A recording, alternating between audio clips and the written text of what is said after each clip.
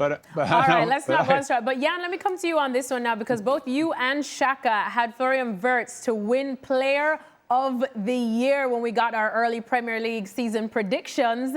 And now there are lots of questions surrounding him. Are you surprised that he's struggling earlier on in Liverpool? What about, first of all, in 2025, we have to define in the beginning. If you don't score in the first game, you're a flop. Florian Wirtz, that is how it is. When you come in as a big time player, you need time to adjust. I read a great interview with him in the German press where he talked about he loves to be at the club. He loves to be at the training ground. He loves to be a part of the Liverpool, the way Slot is planning for him. That takes time. You have a key to go straight in. Maybe easier for a striker, because if you get your goal, everybody is happy. Has Florian Wirtz looked like Florian Wirtz has done in Leverkusen? No, he hasn't. I think he was okay in the second half against Arsenal. He will float in, but I still, although I changed my Player of the Year because I was influenced by the power ranking of Shaka today. You know not to trust those. No, but Florian Wirtz, I think that of all the players they got in a longer perspective, talking 2-3 years down the road, he will maybe be one of the best and most important signings Liverpool have done. Shaka, are you changing your mind, or are you sticking with Wirtz? No, I've changed my mind. Oh, how cool. I told you.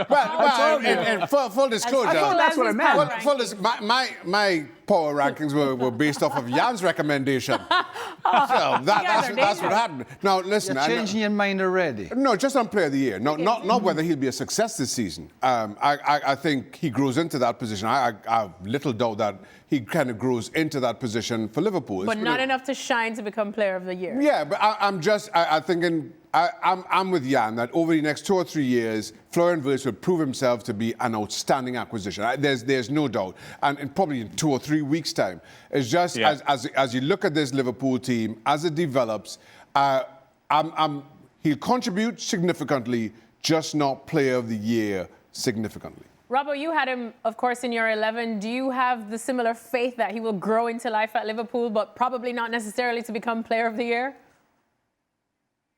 Yeah, I think he's an exceptional player, and what he is very, very good at is playing in tight areas. You know, not all Liverpool players are good at playing in tight areas. They've got pace to run. Isak's a player that likes to run in behind. Salah, you know, I had a bit of a row with Rob Palmer at the weekend because he said he's a player that likes to get the ball to his feet. But again, Salah likes running in behind. It's his pace that causes so many problems. Now, when Liverpool play against teams that want to sit deep in the penalty box and not give too much space away, Florian Wirtz is the player that can open them up with clever 1-2s, great manipulation of the ball. That's what he did for Bayer Leverkusen. When teams wanted to sit deep, that's when he came to the fore, because that's when you have to break teams down. And he did that persistently. And I think he'll do it for Liverpool in those games where teams want to sit deep and make it difficult for them.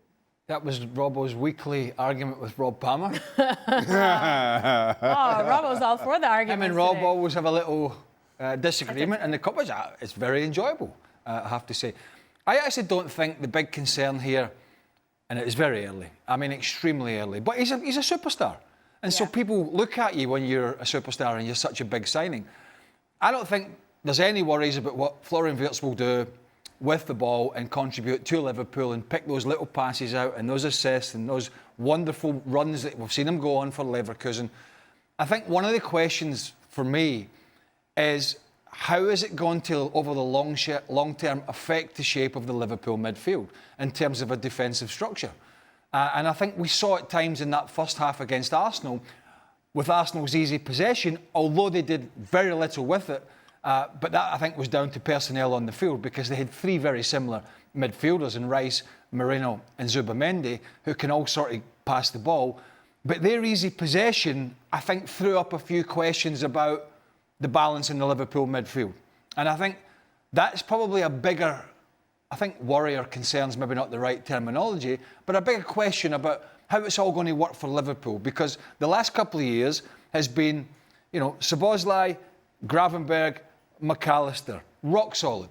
Absolutely rock solid. And before that was Curtis Jones. Now the dynamic of that midfield 3 has changed, because yes, he'll work hard, and yes, he's got a great attitude, but he isn't an out-and-out midfielder. He isn't the most physical player. It isn't a natural instinct for him. And so that automatically puts a little bit more pressure on the other midfielders. And I think that's more of a question for me rather than will he be the player to unlock a defence, which I think he's already proven. Craig, don't you think that is an interesting discussion, because it's like you are two camps of spins.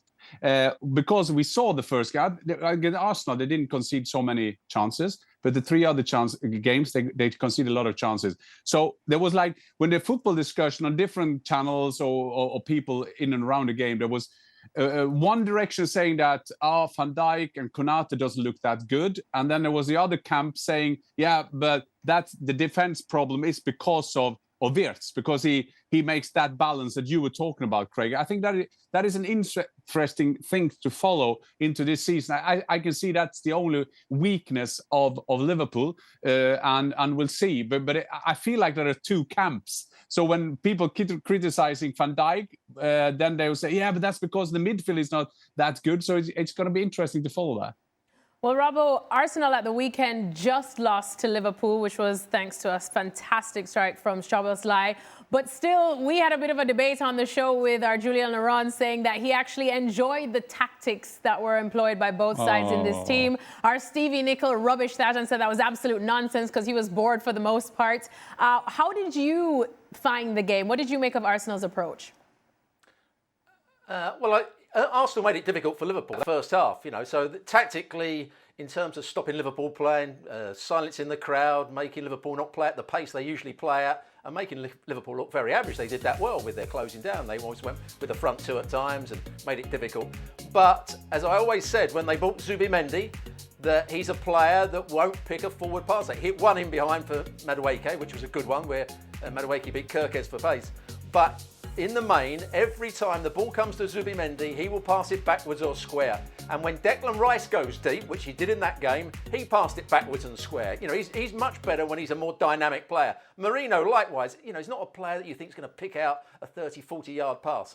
The only player that really, I thought, looked as though he was exciting was Madueke, who the Arsenal crowd didn't want when he was signed. He looks as though he had a bit of pace to go past Zirkic in that first Kirkic in that first half. But overall, I thought they were a little bit scared of the game. They were clear that they wanted to stop Liverpool playing, but they didn't have the next step to cause Liverpool too many problems. Just didn't have the guile for all their possession in the first half, or their gain of control, which they had in the first 45. They didn't, and I agree, Madueke looked sharp and he had Kirkes at full pelt on several occasions. I mean, Martinelli on the other side was a non-event, and he and that's Stevie and I talked about it. He should have been the one that Arsenal were isolating, because he's against Szoboszlai, experienced player, international footballer, captain of his country, but he ain't a right back. And Martinelli's supposed to be one of the quickest wide players, most direct wide players in the game, and yet he saw very little of the ball. It just didn't make any sense. And I do feel that and Arne Slot made the move first with his substitutions, and I actually felt it was Arsenal that should have made the substitutions earlier, because the game was getting away from them before he brought on Aage. It was already getting away from him. I felt he should have moved a little bit earlier. But in the first half, the fact that they couldn't, when they did penetrate the Liverpool midfield, they really didn't have anything with any guile or quality into, and Gyökeres again got very little service, and it's not been a good look on him. Jan? And I think that the big discussion about Arsenal is the big thing. You can see what Arteta tries to do. You can see that he looks for a percentage here, 1% here, 1% to improve his team. I think the big discussion is, yes, if you're data-driven, you will say that throw-ins are very important because so and so many goals will score. Set pieces are important, so and so. Take your time, that's good for our away game, and so on. Yes, the kickoff is just kicked out in the corner so you can start the pressure. Yes, I know PSG did the same in the Champions League, but they have other attributes. The thing that I think is interesting with Arsenal is that will that be a cost of what has made Arsenal so good the last 2-3 seasons? And they have been good. They've been second 3 times in a row. They've been very close to do that. I'm just a bit afraid that Arsenal, by doing all this stuff, that they try to improve all these areas, the small things here, the small things there, which is the right approach to so. But I'm afraid that they will lose what Arsenal has done so well. The quick transition, going forward, going for it, 1 against 1. Saka, Ødegaard, get in. I'm not sure about that strategy. Well, he's got to get his hamstrings right, isn't he, Saka? Yeah, I take Jan's point. That's a worry. Saka certainly is a huge miss for Arsenal. But in all honesty, this is what Arteta has done against the big teams in the Premier League for the last couple of seasons. And he's got an outstanding record in that regard. Where it's come unstuck for Arsenal is I think they've picked up just too many draws, maybe relying on set pieces, and now the addition of Gyökeres maybe gives them that little nudge that they need in terms of those points dropped against teams lower down in the league.